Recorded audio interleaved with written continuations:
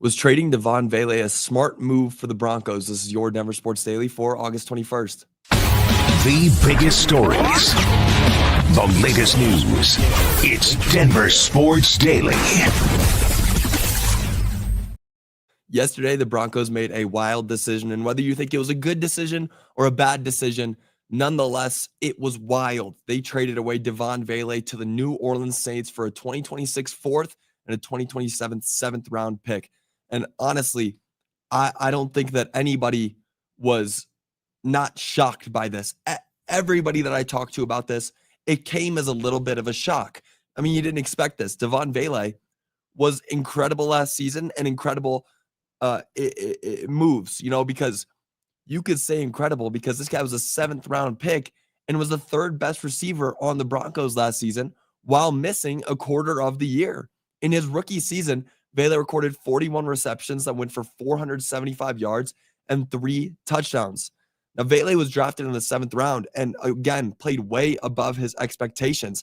And this guy's on a 4-year deal worth only $960,000.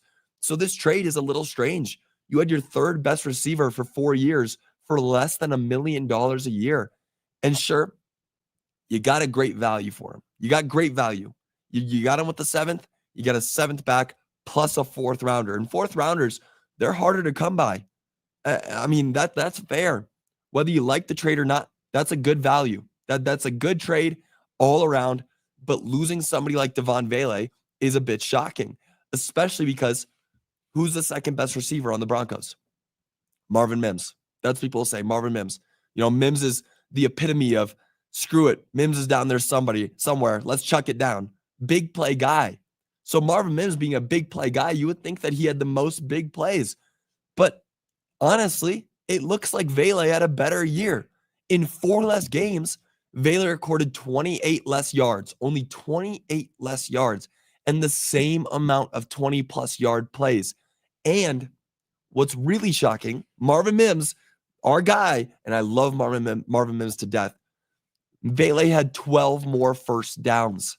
12 more first downs than your second best receiver. And he played 4 less games. Now, the reason this trade may have went through is perhaps because of Sean Payton's trust in Pat Bryant. Pat Bryant has had a great camp. He's had a great couple preseason games. So Sean Payton sees Pat Bryant. Pat Bryant is Sean Payton's pick. Vele, probably a George Payton pick. And Sean Payton was honestly like, I don't see Vele in this vision that I have for this team. I see Pat Bryant.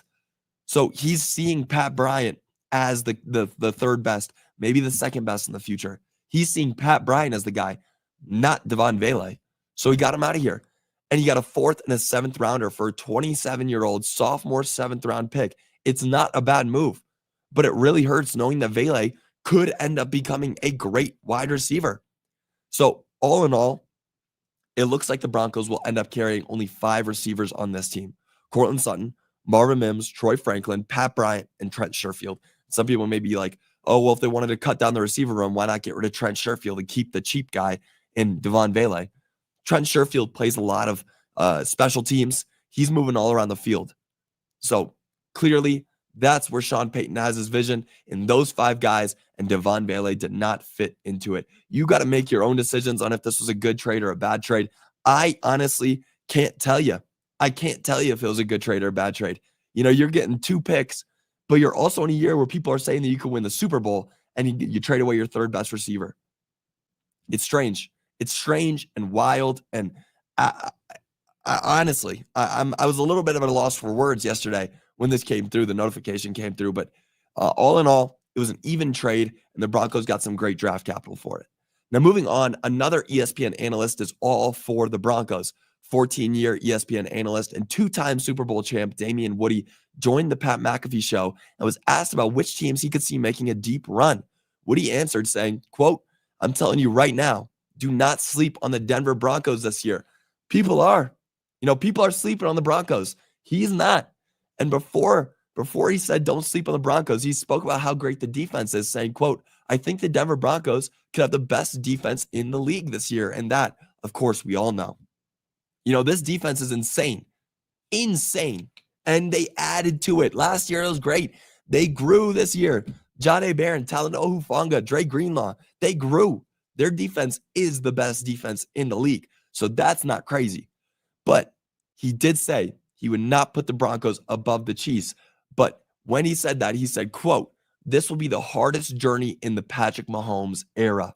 So the Chiefs are going to have a hard year. This is not going to be another easy Super Bowl win for the Chiefs.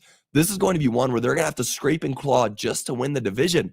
You're in a division now with the Broncos, who have the best defense in the league, and the Chargers in the second year of the Harbaugh era. Both of those teams are going to give the Chiefs a run for their money. And I'm all in on the Broncos. Of course, call it bias. It's Denver Sports Daily. Why would I not be biased towards the Broncos? But I really do believe the Broncos can go out there and win the division.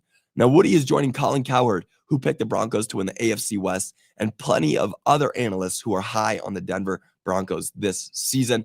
Of course, how can you not be? The Broncos are incredible. They've grown so much in the offseason, and they are just going to go out there and make a statement this year. I can't wait to see it.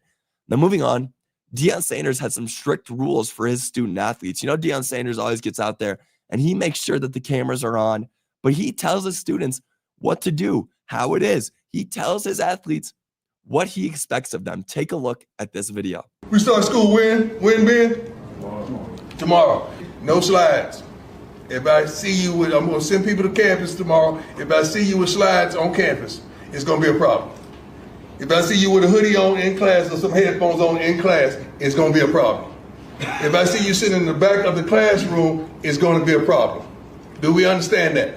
Sure. And if you're online, and you have online classes, and you don't have a shirt on, or you got a white beat on, or you have some stupid on that causes a distraction, or you walk around during that online session, it's going to be a problem. We good with that, guys? Sure. Now, I will never understand how people don't like Deion Sanders. He is setting a precedent for these students, for these student athletes. And I say students because that's what they are. They're still students. They are student athletes. They are not here to just play football. They are here to be men. That's what Deion Sanders is teaching these kids. You grow and you do well on and off the field. Both of them, you have to be at 100% for everything you do. Do it 100%. Don't go to class wearing a wife beater and no shirt. You know, if I see you walking around the school with slides on, it's going to be a problem. You know, he's setting the dress code for his students. He wants them to present themselves in a respectful manner. You know, they're not here to fool around. They're here to be grown men who are playing on the football field and learning in school. If you don't love that from Deion Sanders, I don't know what you love. He's teaching these kids how to be men, and he just does it so well. He sets a great standard for his student athletes, and I love it. I mean, I'm all in on Deion Sanders, and I have been since the day he got here, but every single day, I just love Deion a little bit more. Now, that'll do it for your Denver Sports Daily. I will be back with you guys again tomorrow, of course, previewing another crazy game, a preseason game coming up, where the Broncos will now get to see Devaughn Vele on the other side of the ball playing for the New Orleans Saints. Definitely got a little bit more of a storyline to it now. But that'll do it for your Denver Sports Daily. I'll be back with you guys again tomorrow. Until then, y'all have a great rest of your day. Bye, y'all.